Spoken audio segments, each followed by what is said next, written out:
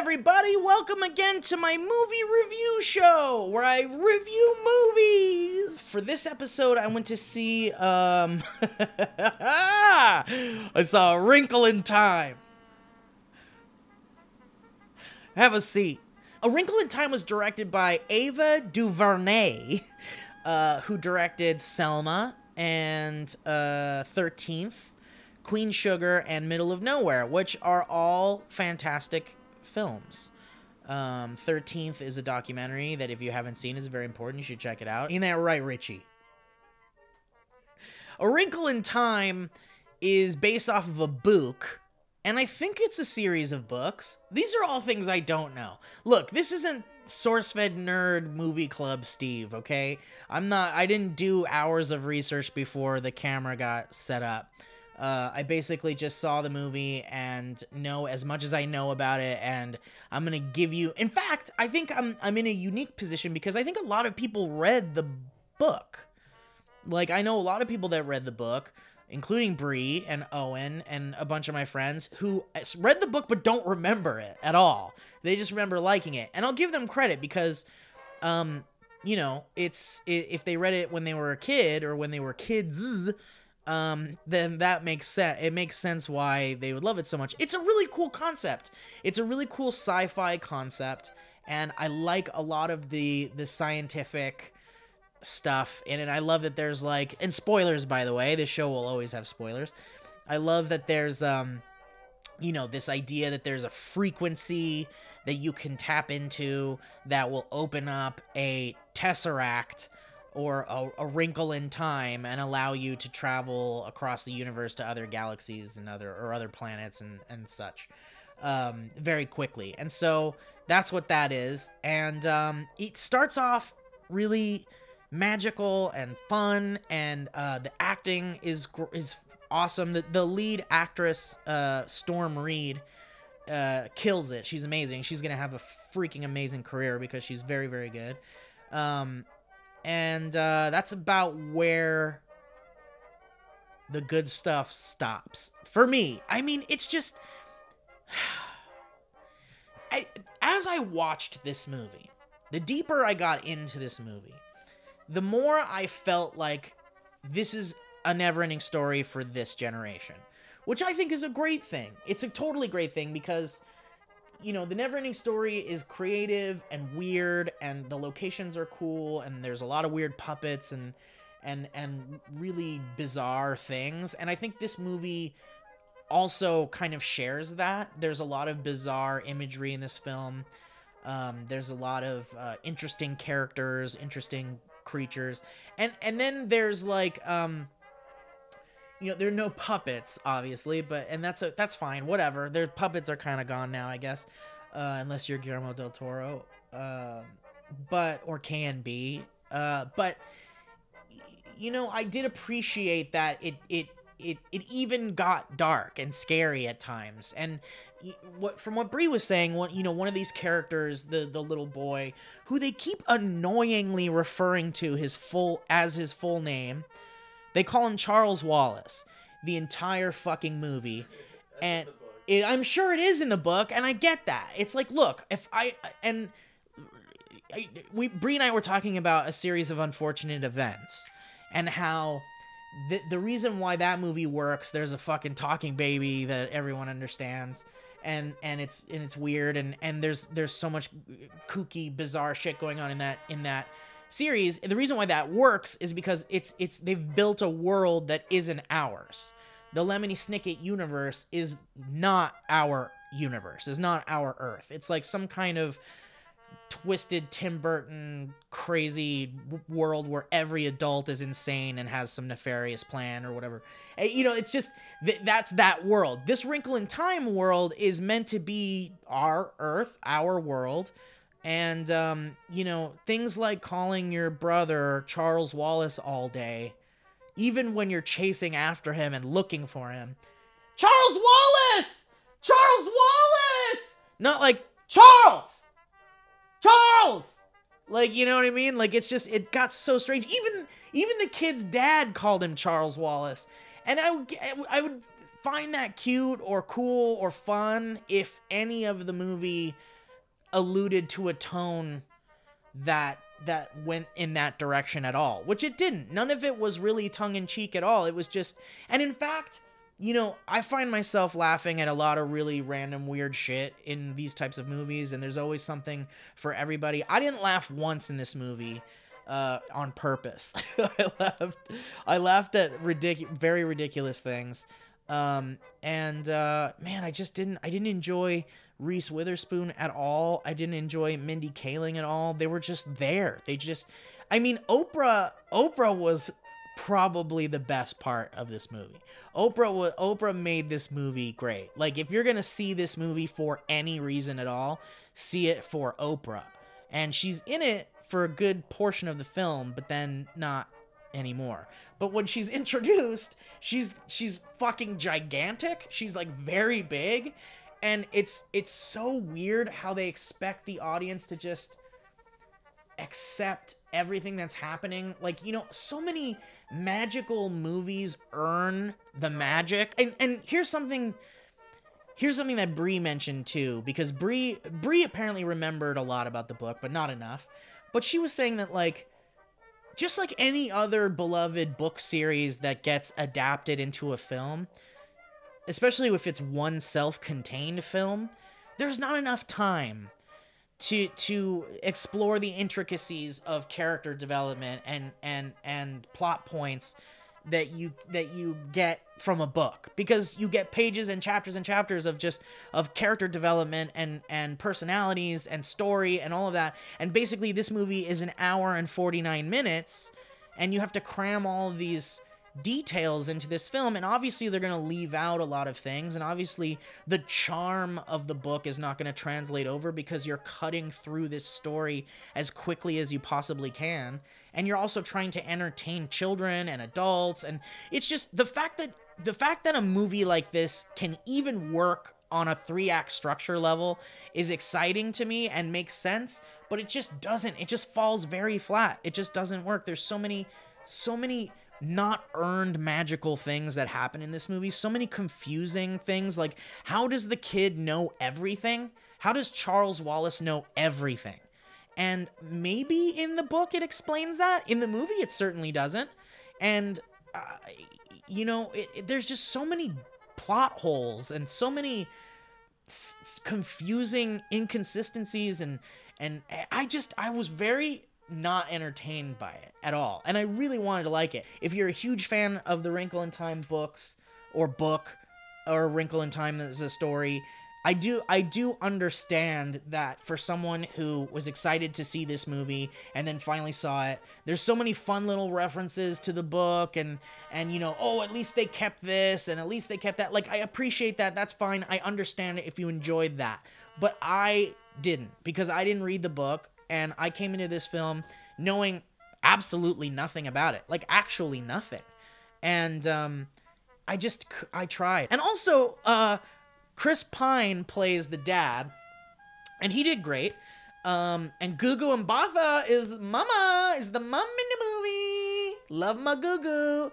Give me my Gugu. Love my mama Gugu. Chris Pine, the big storyline is that he's working on a way to shake hands with the universe, was his quote. He's a scientist, and his wife is a scientist, and they're studying frequencies, and they're studying the idea of being able to send your conscious brain to another part of the universe, and the science community laughs at him, and there's no way, this is ridiculous, and he somehow figures out a way to open a wrinkle in time, a tesseract, and travel into it to another place. And so this happens when the main character, Meg, is very young. And so she just sees it as her father abandoning her. And everyone in town knows that she's the girl whose dad just left her. And Gugu is sad. And the whole family's been torn apart because the dad just left. So later on you find out that he warped to another dimension. And for some reason, the girl is asked to go find him from 3 magical ladies because he called her on the phone. She got a weird call one night, right? Well, how it starts? No, I mean, it might be in the book, but in the movie, it's like... Maybe it's not. I can't. Reese Witherspoon comes over and is like... She fucking enters this family home and terrifies the mom, and she's like, "Oh, I'm your son's friend!" And it's supposed to be funny and, like, charming, and it's just creepy and fucked up, and she's like... She goes over to Gugu before she leaves and says, "The Tesseract is real," or something, and then leaves. And then that's the first, like, magical thing that happens in the movie. This crazy woman comes over and terrifies them, basically breaks into their home and says they're friends with their fucking 5-year-old, 8-year-old son.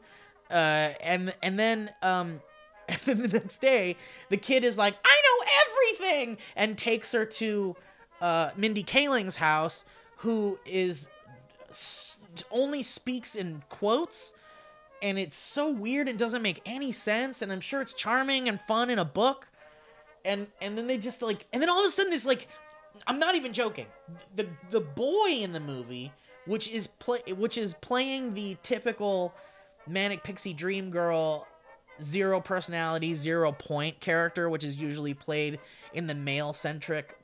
by a girl in a male-centric movie. So I feel like this boy's role was completely fucking pointless, and his inclusion, his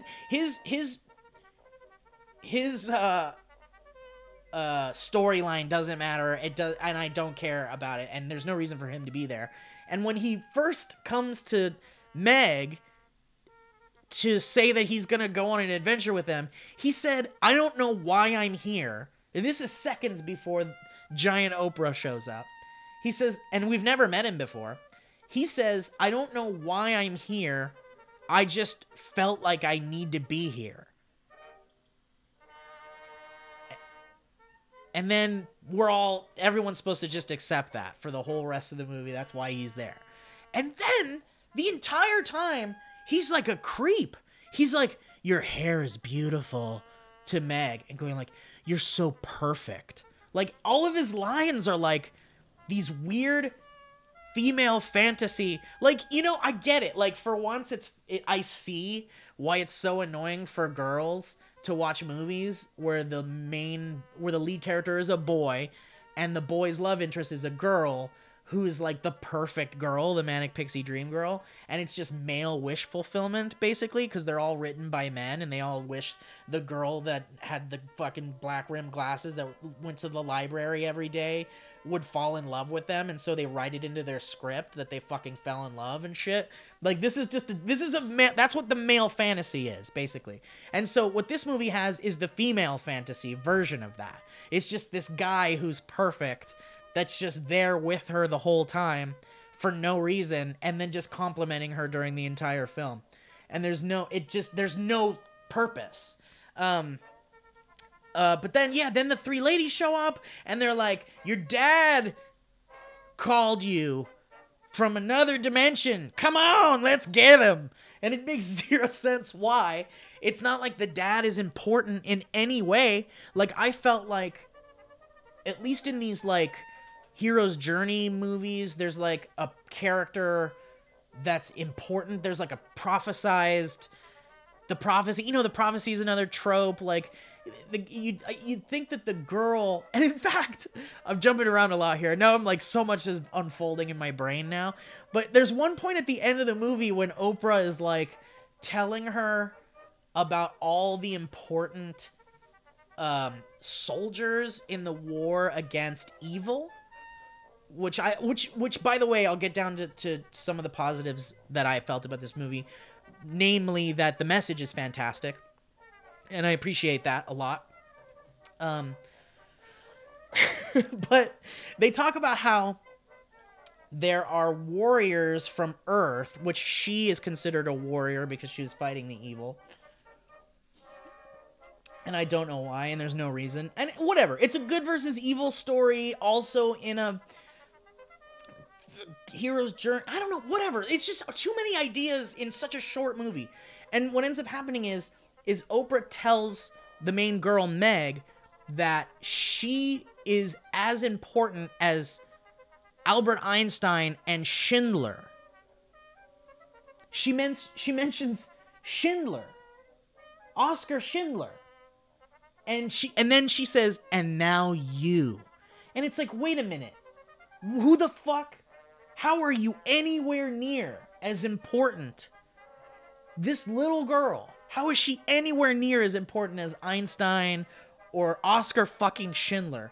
Basically, all she did was she traveled to an evil dimension and said, I'm not afraid of you, and then it died. And somehow, I mean, I get that, like, on a small level, it's like fighting evil. Again, the message is great. Fighting evil is important. Keeping the light bright and shining and sharing the good and being a good person. Like, I get it. Like, this is all just building up to that point. But it's like, none of it mattered at all. The dad, I felt like the dad was going to be some important conduit to Earth, and they needed Earth's help or something. And why I don't understand, if they have all of these fucking people on their side, if these magical witches have people on their side like Einstein and Schindler and all these, and Gandhi even, they mention, how are they unable to defeat this thing that, like, a little child, whatever, I get it, the smallest packages, whatever, what's the fucking Lord of the Rings thing, like, the smaller the boy, the bigger the win, what's the, I don't know, whatever the fuck the quote was from Get Up, you know what I'm talking about, even the smallest people can make the biggest difference. Look, fine. It just wasn't entertaining. It wasn't fun. It didn't make me think of anything. It only made me think of a million other good movies. A million other better movies. And so, okay, so one more point I want to make before we get to the Stardust reactions is, okay, so the dad accidentally teleports to a dimension where he's stuck. And then the girl and the brother and the friend that shouldn't be there find him, and then he's like, holy shit, you're my daughter? Like, and he hasn't seen her in forever, and she was a little young girl, and Charles Wallace was just a baby, and so they bring him out of this, like, room, and then he's like, well, let's go home now. And she's like, no, something's wrong with Charles Wallace. Charles Wallace got the evil in him, and he was being like a real son of a bitch. He was being a real annoying brat. And his dialogue was... Anyway, so Meg is like, something's wrong with Charles Wallace, we can't go home yet. And the dad is like, no, fuck you, and fuck Charles Wallace, I'm out of here. And he literally takes Meg and goes, I will not lose another one. Like, what is he? Oh, fuck. It's like, he was basically saying, I'm okay with taking one child home safely, and we can leave the other one here where I've been stuck in a miserable place. Like, he was gonna leave his son, and then he magically creates a tesseract in this moment of peril and gets the fuck out. He pieces out, son. He leaves his daughter and his son, who came to get him. They came to find him, to rescue him, and he's like, peace out, I'm out. And also, why didn't he do that earlier? There's no reason in this movie. There's no reason. There's no explanation as to why he was able to open a tesseract in that moment. Maybe it's because Meg was there, but how the fuck are we supposed to know that? When was that ever explained? And anyway, deadbeat dad, piece of shit. He leaves, and then nobody cares. As soon as they come back to Earth and everything's fine, dad's there, and it's just, who gives a fuck that dad left us in this dangerous situation? We're all home now, everything's fine. I had a problem with that.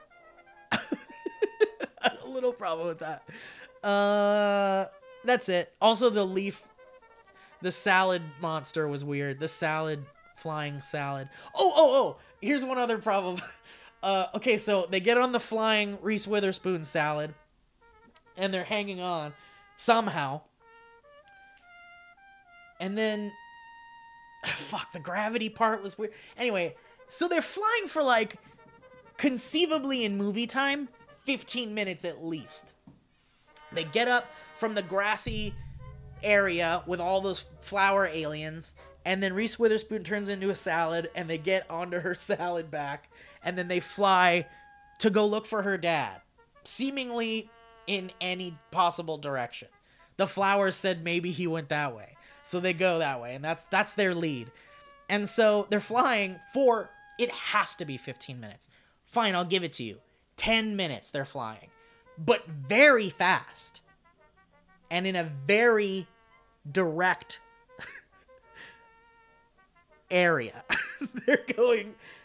They're going very far away from the place where they started from, is what I'm trying to say. And then the kid who doesn't belong there, who shouldn't be there, the unimportant manic pixie dream boy, falls off of the salad, and then it's this like really perilous moment where he's gonna die. And he's just falling, plummeting. It's just, you know, you've seen it before. We gotta save him! And everyone's fucking, everyone's day is fucking ruined trying to save this idiot.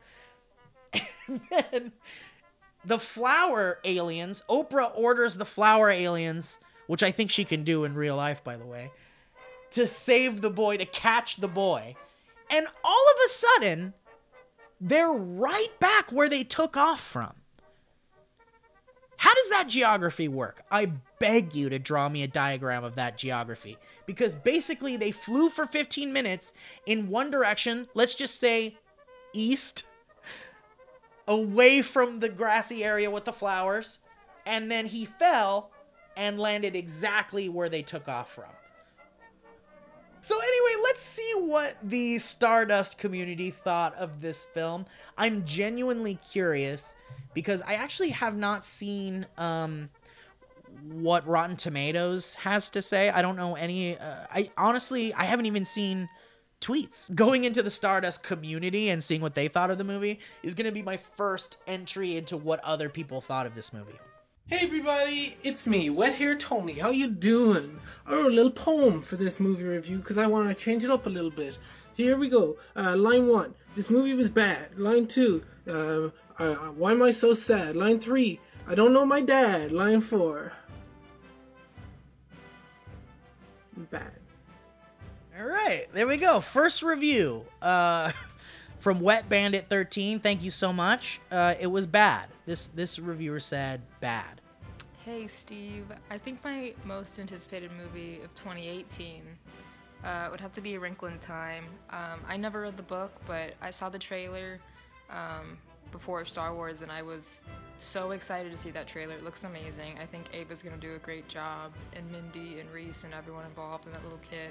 It just looks so great from the trailer so far, so I'm excited to see what it is and what's the story.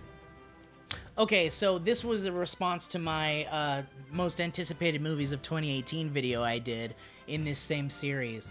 And Sarah, I'm so sorry. I hope, if you've seen it, I'd love to hear your response about it. But again, look, I mean, yes, you have a powerhouse of a director. You have a powerhouse of a cast. Zach Galifianakis is in it for some reason. Is he funny? Not once.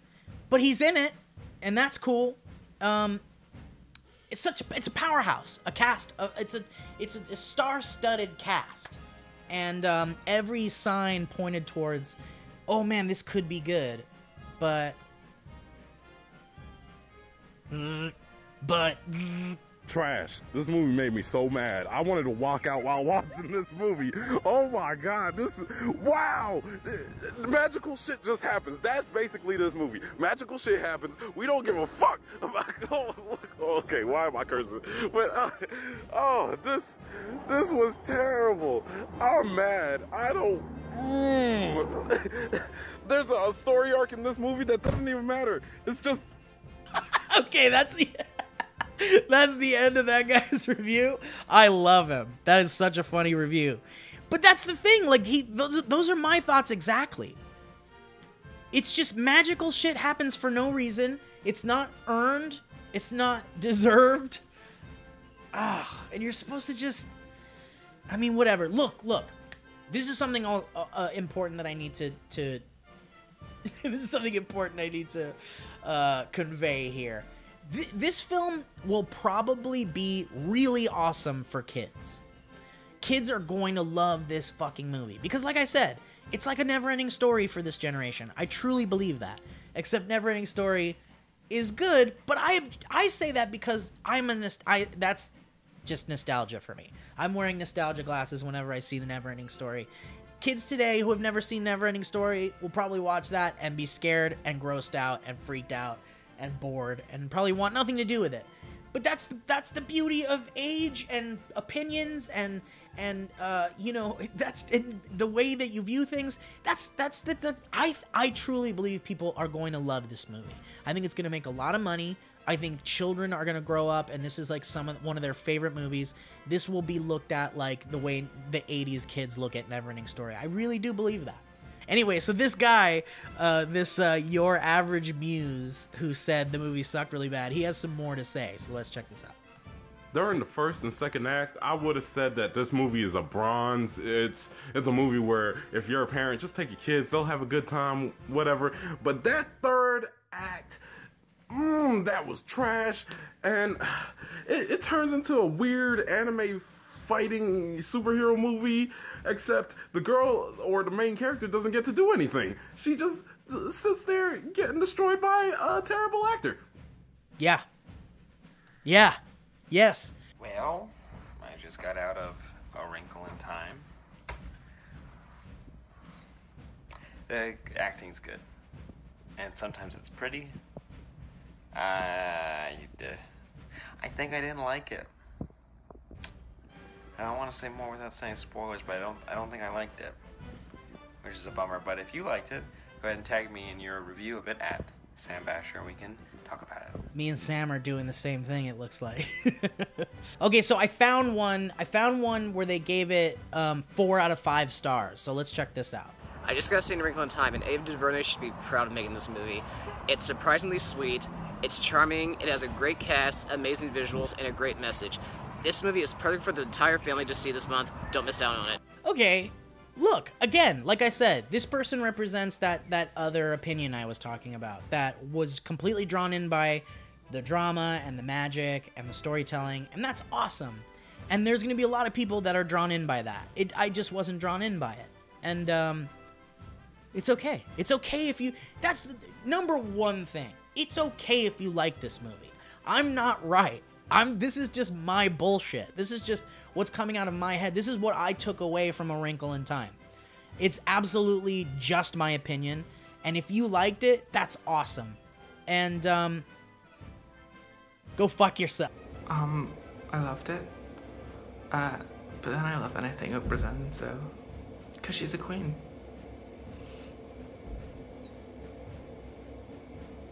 Yeah, good. 8 out of 10 with Disney again. Definitely Oprah is queen, and Oprah was great in the movie. Okay, so there's a bunch of different movies coming out soon. The soonest is Tomb Raider, which comes out March 16th. And then after that, I absolutely need to see my most anticipated movie of 2018 is Isle of Dogs. And, I would love to review that film. Pacific Rim Uprising is coming. I'm probably going to see it no matter what. My friend wrote it, and so I'm going to support her. And I liked the first Pacific Rim, so maybe this will be good. And I like John Boyega, so hey, there's a threefer. And then Ready Player One is coming out on the 30th. So there's a lot of stuff coming out. Let me know if you guys would like me to review Tomb Raider, or if you guys don't give a shit and want me to just go straight to Isle of Dogs. I don't really want to see Tomb Raider, but I'll see it and I'll do a review if you want me to. So let me know in the comments which one you would like me to do next. And don't forget to check out the description. Download the Stardust app, because I'd love to feature you in the show. I'd love to feature your opinions on the movie. On the movies that I will be reviewing in the future, and just whatever you guys like and such. And plus, I love your damn beautiful faces. You know? This is not copyrighted by Phil. I can say it. Guys, thank you for watching. Download the Stardust app. Send me your reactions. Oh, also, if you follow me on the Stardust app, I follow back. So we can be friends on the app, and I think that's great, and I like that a lot. And it's really easy to just send me your reactions to movies and stuff. You just tag my name in it like you do on any other social media app. Anyway, so guys, that's that. Thank you for watching. I'm sorry for shitting. No, I'm not sorry about anything. Thanks for watching.